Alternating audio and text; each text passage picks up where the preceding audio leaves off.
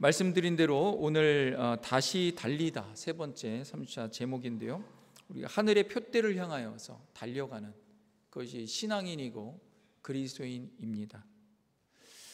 그래서 오늘 말씀을 통하여서 우리 안에 다시 일어나서 정말 주님 나라를 바라보며 힘차게 달리고 싶다, 그런 마음과 또 다짐의 시간이 되면 좋겠습니다. 혹시 여러분 다 자전거를 타본 경험이 다 있겠지요? 아마 자전거를 배우는데 성인이 되어서도 자전거를 배우지만 주로 이제 어릴 때, 또 10대 때, 이때 자전거를 배우게 됩니다. 자전거를 처음에 배울 때는 자주 넘어집니다. 계속 넘어져요. 왜 내가 넘어지지? 이런 생각이 듭니다. 나중에 이제 타다 보면은 경험이 쌓여서 이래서 넘어지는구나 라는 걸 알게 돼요.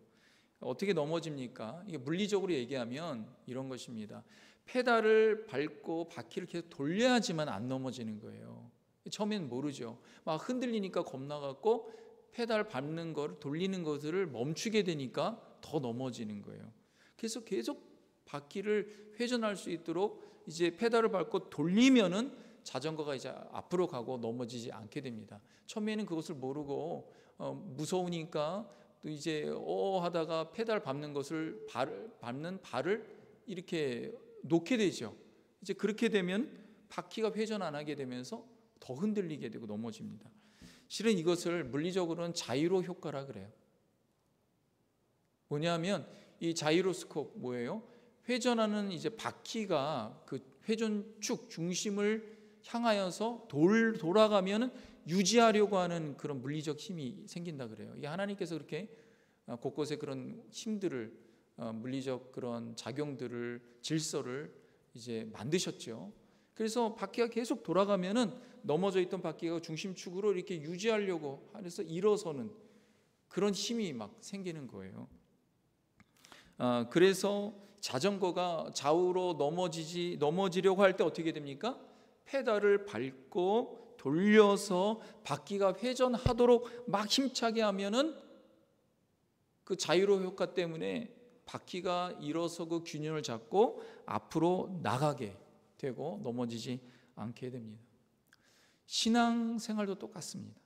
우리 신앙의 여정 가운데에서 흔들리고 또 때론 넘어지고 하는 이유가 신앙의 바퀴가 멈추고 회전하지 않게 되니까. 그럼 흔들리고 좌우로 막 넘어지고 그렇게 되는 거예요. 그래서 신앙의 바퀴를 다시 돌리고, 또 왜 그럼 내가 이 신앙의 바퀴가 멈춰 있는가? 오늘 말씀을 통해서 좀 알아보고 다시 돌리고 힘을 내어서 다시 앞으로 향하여 나아갈 수 있는 그런 신앙의 점검과 다짐의 시간이 되기를 바랍니다. 첫 번째는 이것입니다. 우리의 신앙의 바퀴를 멈추게 하고 돌아가지 않도록 하는 것 중에 하나가 뭐냐면 우리의 신앙의 믿음의 스텝을 무겁게 하는 짐들이 있어요. 그 짐들을 벗고 가볍게 할 때야 비로소 다시 힘을 내어서 신앙의 바퀴를 돌릴 수가 있게 됩니다. 신앙은 장거리 경주와 같습니다. 사도 바울이 우리에게 여러 서신서에서 그 신앙인이 어떠한 모습을 갖고 있는지 몇 가지 비유로 말하고 있는데, 그 중에 하나가 마라톤 경주에 대해서, 달리는 경주에 대해서 얘기하는데, 오늘 히브리서를 쓴 기자도 또 마찬가지로 경주에 대해서 이야기합니다. 그리스도인은 마라톤 경주와 같은 그러한 상태로 우리가 달리고 있는 것 같이 인식해야 된다. 그러면 경주자는 어떠한 마음가짐과 어떠한 태도와 어떠한 방법으로 그 경주를 마무리하는가? 신앙도 똑같다라는 거예요. 그분을 얘기하고 있는데, 오늘 히브리서 12장 1절에 있는 말씀을 우리 다 같이 한번 한 목소리로 읽도록 하겠습니다. 다 같이 읽습니다. 시작. 이러므로 우리에게 구름같이 둘러싼 허다한 증인들이 있으니 모든 무거운 것과 얽매이기 쉬운 죄를 버리고 인내로써 우리 앞에 당한 경주를 하며, 이렇게 말씀하고 있습니다.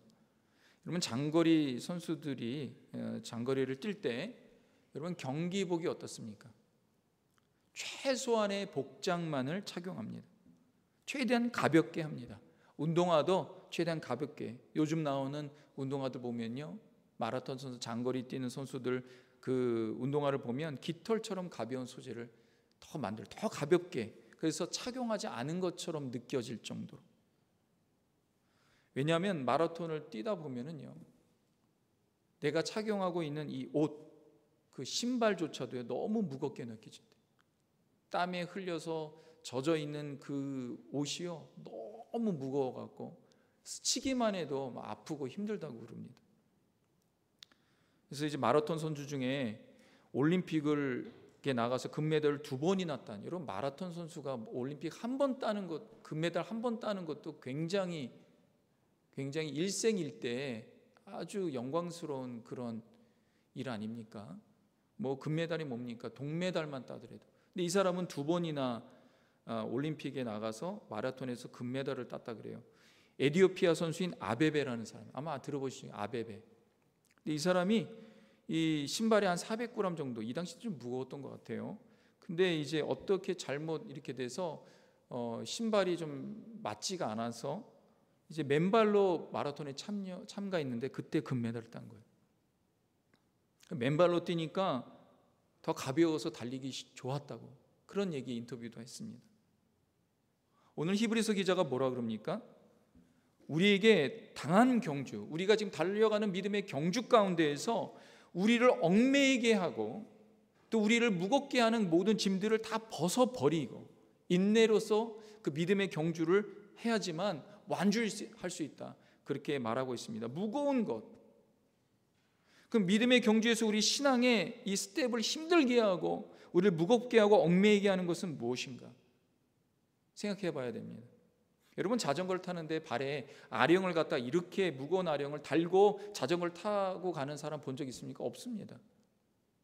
최대한 가볍게 탈. 또 여러분 사이클을, 날씨가 이제 가을 되면 좋아서 사이클을 타는 사람들이 있는데요, 몸에 보면 짝다들 붙는 가벼운 옷 입고요, 이 발도요 아주 그냥 가볍게, 심지어 종아리나 이런 데는 아예 착용도 안 합니다. 너털너털거리는 거 안 해요. 최대한 가볍게 해갖고 바람에도 영향 받지 않도록 몸에 짝 달라붙는 옷 입고 그리고 이제 타고 가는 것을 보게 됩니다. 여러분 자전거 타고 사이클 타는데 막 등이 이만큼 막 완전 무장하고 타고 가는 사람 봤습니까? 없습니다. 멀리 가기는커녕 요 앞에 가다가도요, 아유 못하겠다고 아령 다 띄고 갑니다.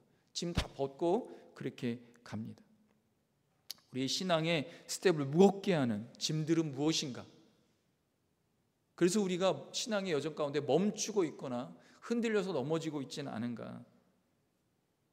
저는 오늘 이 말씀을 보면서요, 가볍게 한다를 더 묵상해 보니까 이것은 우리의 삶을 가볍게 하는 건 무엇일까 볼 때 단순화하는 거예요. 단순화하는 것을.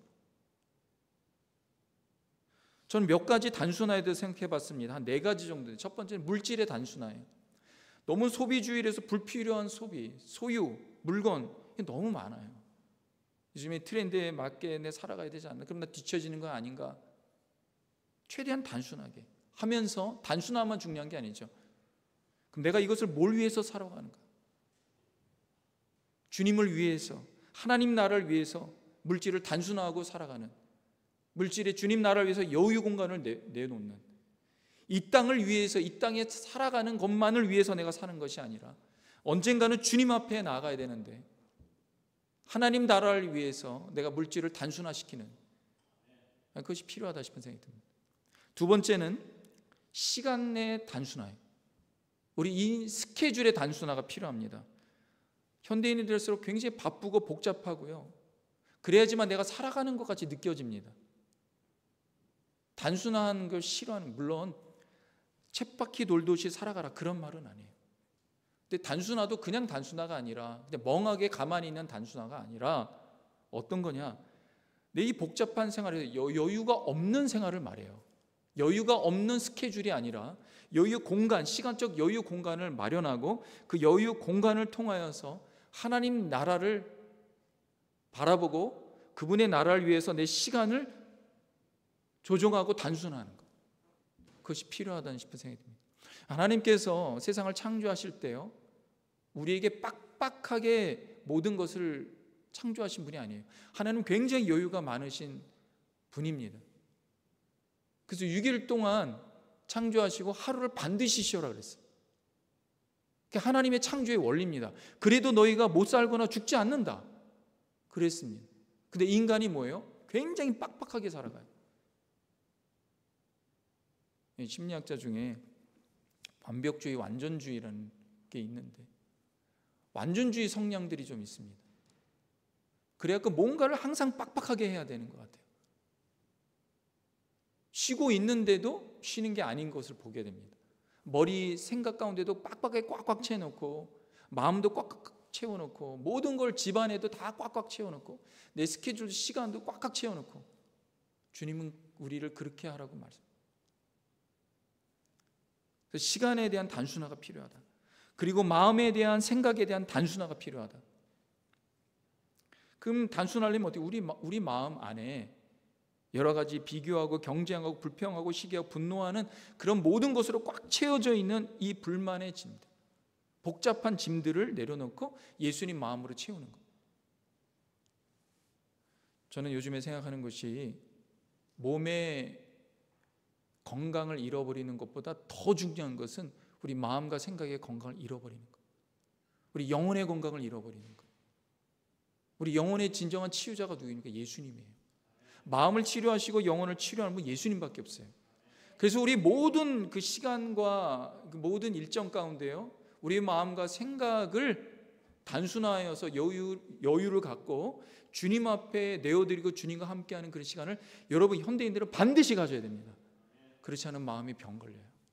여러분, 마음의 병에 걸린데 이것을 약으로 치유할 수 있습니까? 못합니다.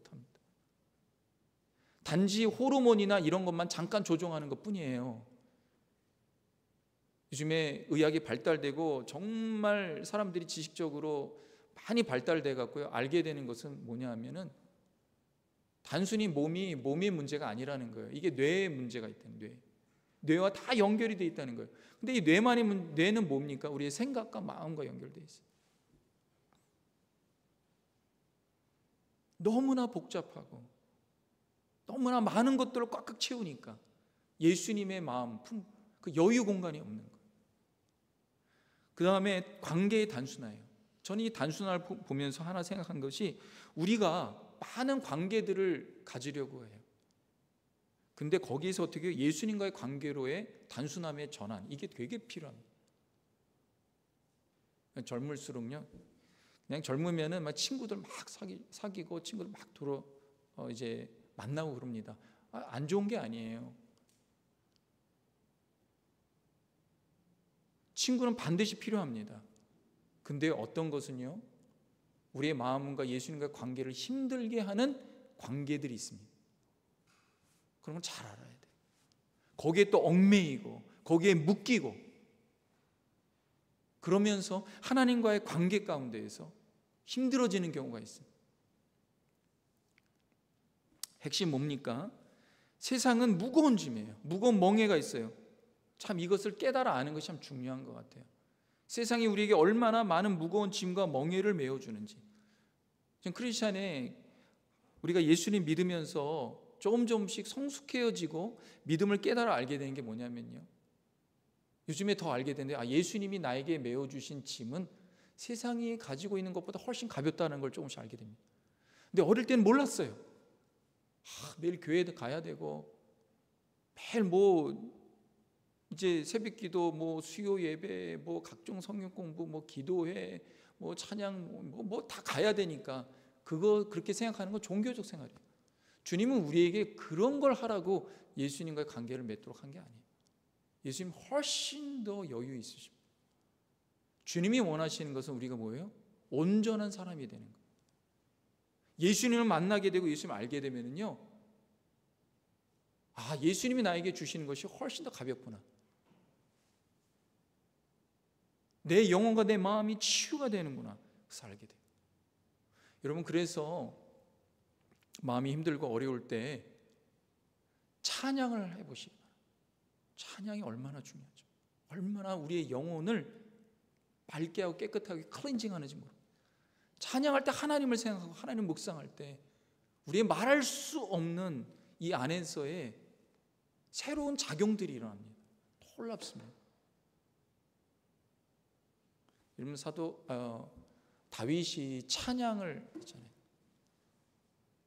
그의 찬양을 통하여 사울이 악신이 떠나갔다 그랬어요. 여러분 찬양을 하는데 악한 신이, 악한 영이, 악한 귀신이, 요즘에 악귀라 그러죠. 이게 떠나가는 거예요.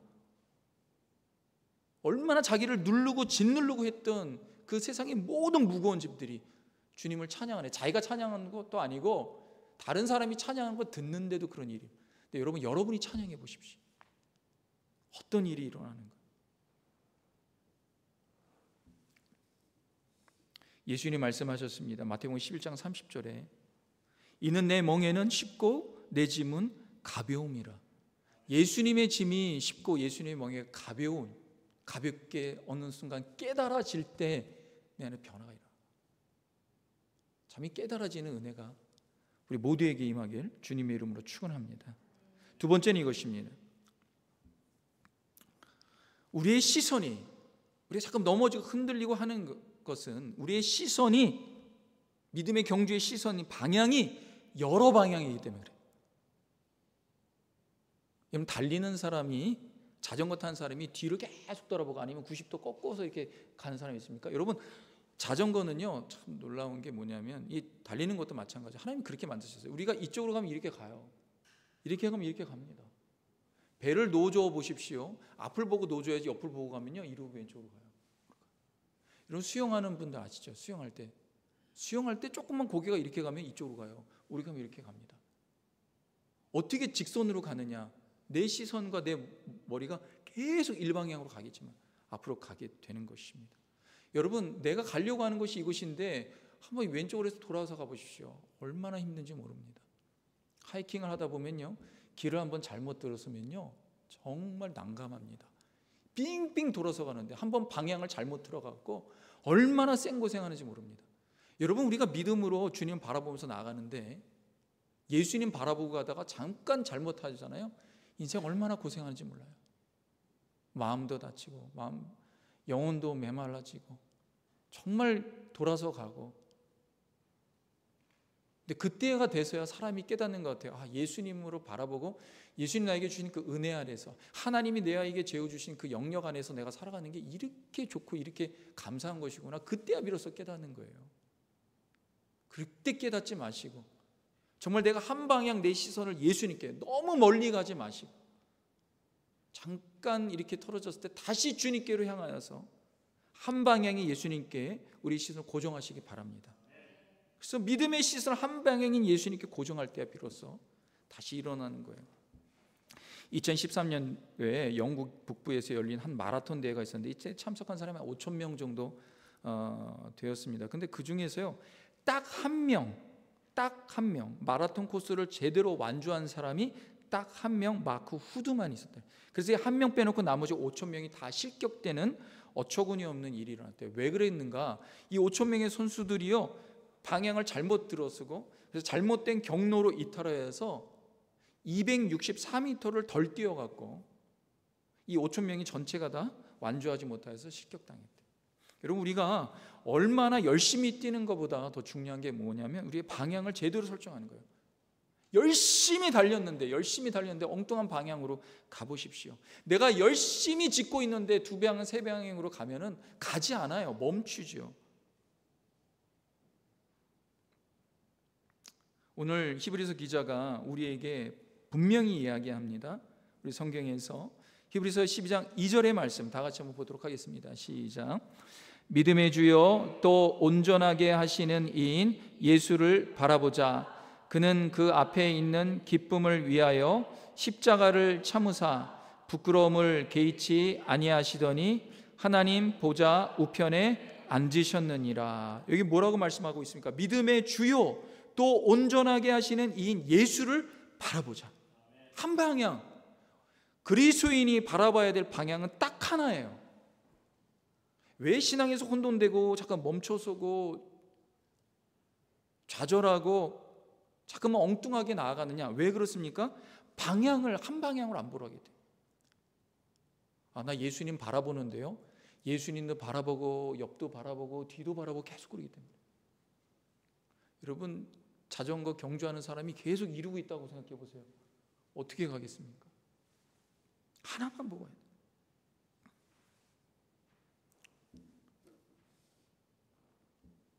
우리가 가장 많이 바라보는 게 뭐죠? 세상에 있는 물질을 바라보고, 세상에 잘 사는 거, 성공 바라보고. 근데 또 바라보는 게 뭐예요? 사람 바라보고, 사람 보는 거예요. 저는 그런 생각도 있고, 교회도 보면 안 돼요. 교회도. 성경에도 교회 바라보자 이런 얘기 없습니다. 누구 바라보래요? 교회가 다 예수님 바라보는 거예요. 교회는 뭐예요? 머리가 아닙니다. 우린 다 몸 지체예요. 지체가 다 뭘 바라봐야 돼요? 머리를 바라봐야죠.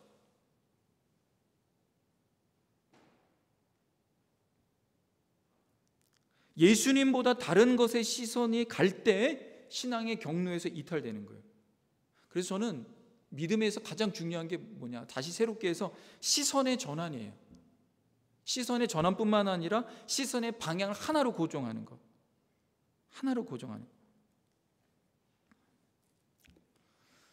이 말씀 중에 믿음의 주요 또 온전하게 하신 이 예수를 계속 바라봐라 그랬는데 이게 바라보자는 건요, 이게 뭐 번역을 룩이라고 돼 있는 거, 룩겟이라고 돼 있는데 바라보다라고 번역을 여기서 했잖아요. 근데 원래는 여기서 더 중요한 의미가 있습니다. 뭐냐면 눈을 고정하다. 원어에는 눈을 고정하다라고 돼 있어요. Fix one's eyes. 눈을 고정하다. Fix로 했어요. NIV가 잘 이거 번역을 했는데 NIV는 이렇게 번역했습니다. Let us fix your eyes on Jesus. Let us, 우리가 fix, 고정하라는 거예요. 그냥 보다라고 하면 여기도 보고 저기도 보고 보는 거잖아요. 나 예수님 보고 있어. 근데 여기서 말하는 건 그렇게 보라는 게 아니라 바라보라. 뭐예요? 이거 고정하라는 거예요. 눈을 계속 예수님께로 눈을 두고 떼지 말라는 거예요. 근데 우리가 자꾸 예수님 보다가 또 떼고, 예수님 보다가 또 떼고, 주일날에 예배 드릴 때 예수님 봤다가 바로 예배 끝나면 떼는, 그러면 안 된다는 거예요. 계속 예수님을 바라보라는 거예요. 이게 바로 여기 이 말씀이에요. 믿음의 주요 온전하게 계신 이인 예수를 바라보라. 이게 뭐예요? 예수님에게 우리의 눈을 고정하라는 거예요. 눈을 떼지 말라는 거예요. 그럴 때야 비로소 우리 신앙의 여정 가운데 끝까지 완수할 수 있다. 한 방향 예수님께 눈을 고정하시기 바랍니다. 마지막으로 우리 그리스도인은 왜 우리가 믿음이 흔들리는가라고 볼 때 우리가 믿는 믿음의 삶의 목적, 내가 왜 교회에 오고 내가 왜 예수님을 믿는지에 대한 목적이 분명하지 않기 때문에, 그래서 오늘 말씀을 통해서 알게 되는 것은 믿음의 목적이 선명하고 분명해야 되는 거예요. 목적이 분명해야 돼요. 내가 왜 살아가고 있는지, 내가 왜 예수를 믿고 있는지, 내가 왜 주님께 예배드리고 있는지, 내가 왜 교회에서 봉사하고 있는지, 내가 왜 선교하는지, 내가 이걸 왜 하는지 분명해야 됩니다. 믿음은 맹목적인 종교적 신앙생활이 아닙니다. 그리스도인은 하나님 나라를 향한 분명한 목적이 있어야 돼요. 그래야지 믿음에서 방황하지 않습니다. 그러니까 내가 어떤 일을, 주님을 위해서 뭔가를 할 때 내가 지금 이 목적이 무엇인가를 다시 점검해야 돼요. 내가 왜 이걸 하고 있지? 이걸 생각해야 돼요. 그렇지 않으면 열심은 하고 있는데, 뭔가를 하고 있는데 엉뚱한 거예요. 오늘 빌립보서 3장 14절에 바울이 이렇게 고백합니다. 우리 다 같이 읽도록 하겠습니다. 시작. 표대를 향하여 그리스도 예수 안에서 하나님이 위에서 부르신 부름의 상을 위하여 달려가노라. 아멘. 이 사도 바울이요, 그 어렵고 힘든 선교의 과정 가운데에서 끝까지 죽을 고비 얼마나 넘겼습니까? 죽을 고비 얼마나 넘겼어요? 정말 하나의 가만 매 퇴장을 갖다가 수번이나 맞고 풍랑을 아르굴락 뭐 광풍 그 정도가 아니에요. 그건 그 중에 하나만 얘기한 거고 계속 갈 때마다 만나고 도적 때 만나고 빼앗기고 매맞고 침뱉음 당하고 욕먹고, 그래도 사도 바울이 어떻게 그 길을 계속 달려갈 수가 있었는가? 그것은 사도 바울은 하늘을 향한 목적이 분명했습니다. 오늘 여기에 표대를 향하여 그랬어요. 표대를 향하여 달려가노라. 내가 표대를 향하여 달려가느라. 근데 뭘 위해서 달려가냐, 이게 중요해요. 달려가고는 있는데 뭘 위해서 달려가는? 여러분, 마라톤 경주자들이 뭘 위해서 달려갑니까? 그렇게? 나라를 위하여. 그래서 이제 그 올림픽에 나가서 금메달 딴 선수들 보면은요, 눈물을 흘리면서 하나같이 얘기하는 게 뭐예요? 우리 조국 대한민국을 위하여 내가 이렇게 금메달 딴 게 너무나 영광스러우니. 그게 그냥 거짓으로 말하는 게 아니에요. 진짜 그런 거예요. 그 목적이 분명한 거예요. 근데 그게 흔들리면 어떻게 돼요? 훈련하다가 그냥 관두는 거예요. 선수촌에서 나오는 거예요. 그러니까 그 어렵게 한여름에도 구수땀 흘리면서, 일반 사람들이 감히 엄두도 못 내는 그런 훈련을 다 마치고 올림픽에 나가는 거 아닙니까?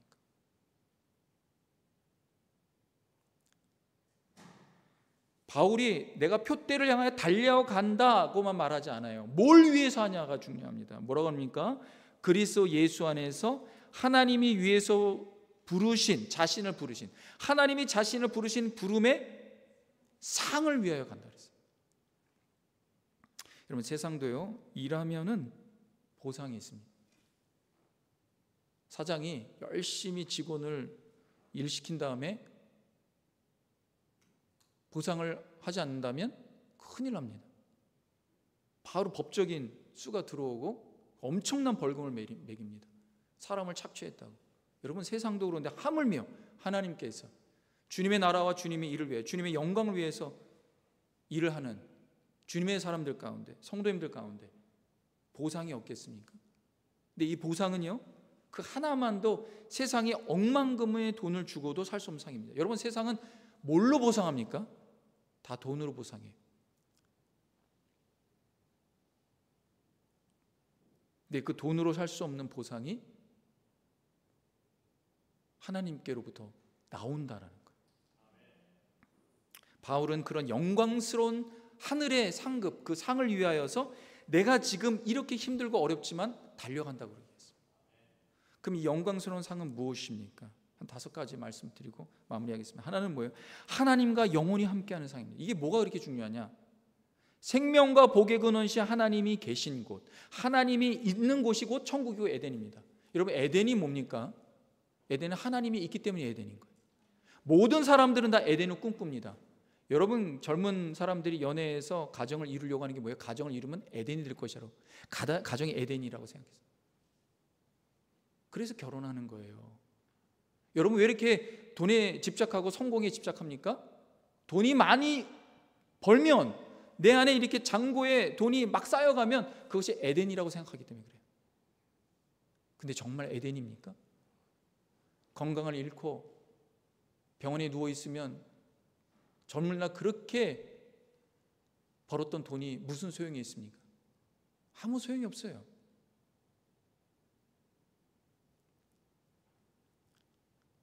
아담과 하와가 착각한 게 뭐냐면, 하나님, 에덴인데 하나님이 없어도 에덴이 될 거라고 생각한 거예요.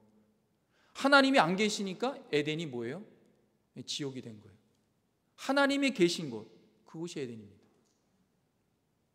우리에게 그런 상을 주네. 내가 너와 영원히 함께하리라. 두 번째는 뭡니까? 예수님과, 영화로운 예수님과 같은 존재로 우리를 만드시겠다는 거예요. 여러분, 우리 지금 뭐 어떻습니까? 시간이 지나면 저도 좀 느끼는데, 나 늙어가는구나, 쇠하여지는구나. 우리의 몸과 마음이 점점 쇠해지는 거예요. 근데 하늘의 상급, 하나님 주신 상급 뭐예요? 우리가 쇠하여지지 않는 것뿐만 아니라, 늙는 것뿐만 아니라 예수님과 같이 영화로운 존재로 우리를 변화시키겠다는 거예요.